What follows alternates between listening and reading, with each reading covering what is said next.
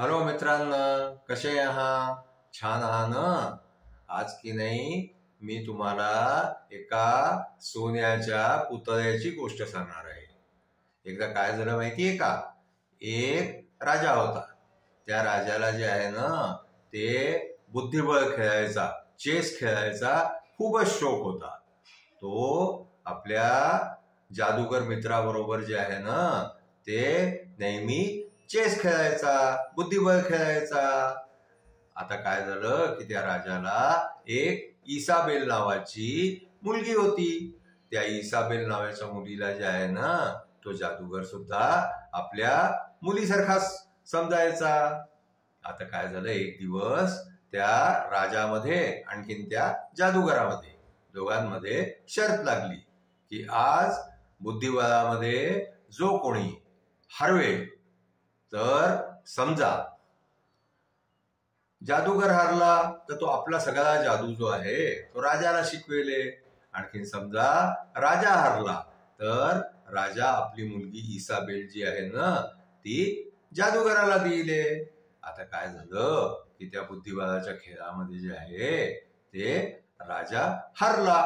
आता राजा हारल्यावरती जे आहे ते त्यांनी आपल्या मुलीला त्या जादूगराला द्यायसाठी नाही म्हणून दिलं. तो त्यांनी जी शर्त लावली होती ना त्या शर्त पासून तो मागे हटून गेला. आणखीन तो म्हणाला की मी माझी मुलगी नाही देत. पण जादूगर जो आहे तो अडून गेला की नाही, तू माझ्याशी शर्त लावलेली आहे, तुला तुझी मुलगी जी आहे ती मला द्यावीच लागेल. आता काय झालं की शेवटी राजाने जे आहे ते आपल्या त्या जादूगर मित्राला आपली मुलगी दिली. पण काय झालं की ती इसाबेल जी आहे ना राजाची मुलगी ती जादूगराबरोबर गेली जरूर, पण तिला काही चांगलं वाटेना तिथे. ती खूप उदास राहायला लागली. आणखीन जे आहे ते खूप दुखी राहायला लागली आणि ती सारखा हट्ट करायला लागली जादूगरापाशी की मला माझ्या बाबांकडे पोचवून द्या, मला इथे नाही राहायचंय. तर शेवटी काय झालं की एक दिवस जे आहे ना त्या जादूगराला त्या मुलीचा खूपच राग आला. आणखीन त्याने आपल्या जादूनी जे आहे त्या मुलीला एक सोन्याची मूर्ती बनवून दिलं.